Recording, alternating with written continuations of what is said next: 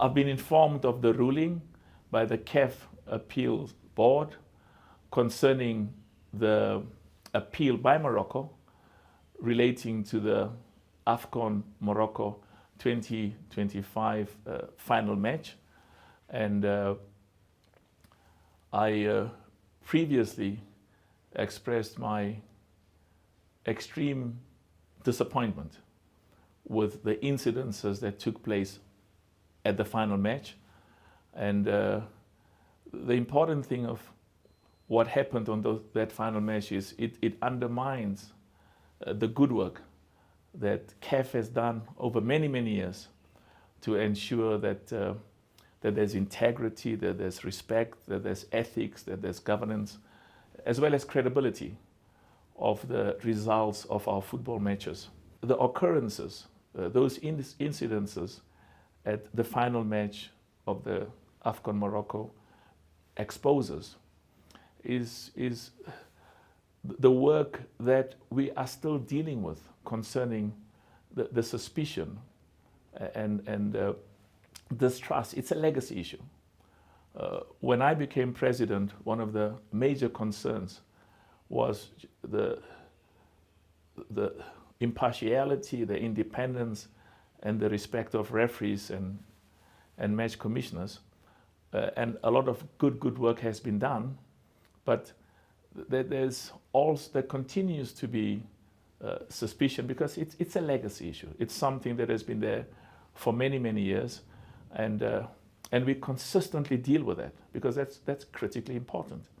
Another important matter that these incidences at the final match brought to the fore is the independence and the respect of our judicial bodies.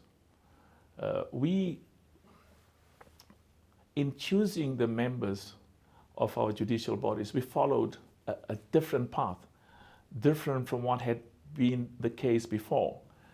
We invited each member association and we invited every zone, the 6 regional areas or the 6 zones in CAF, to give us names of respected judges and respected lawyers, because it is important that the decisions of our disciplinary board, the CAF disciplinary board, and the decisions of the CAF Appeals Board is viewed with the respect and integrity that's very important to us. So if you look at the composition of those bodies, they reflect some of the most respected lawyers and judges on the continent. And but we will still have to deal with this, with the perceptions and the concerns about the integrity. It's an ongoing issue.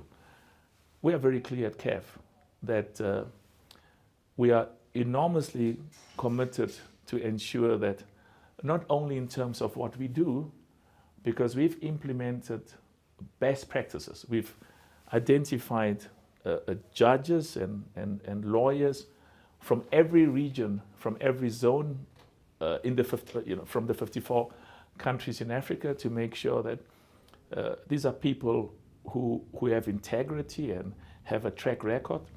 And partly the independence is reflected by the decisions that were taken by the two bodies. The CAF disciplinary board took one decision. The CAF Appeals Board took a totally different position.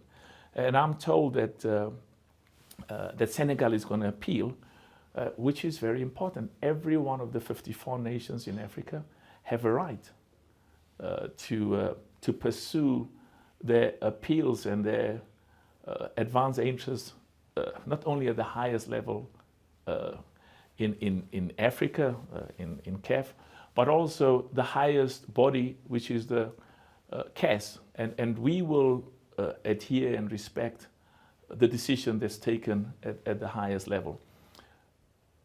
A critical factor is that not a single country in Africa will be treated in a manner that is more preferential or more advantageous or more favorable than any other country on the African continent. We take what has happened at the final match in Morocco during the AFCON, the TotalEnergies CAF Morocco 2025. We take it very, very seriously. And we have already started with very important steps to make sure that those areas which have been identified as deficiencies and where there's need for improvement, that the necessary resolutions are passed. We have very high standards that we set for ourselves.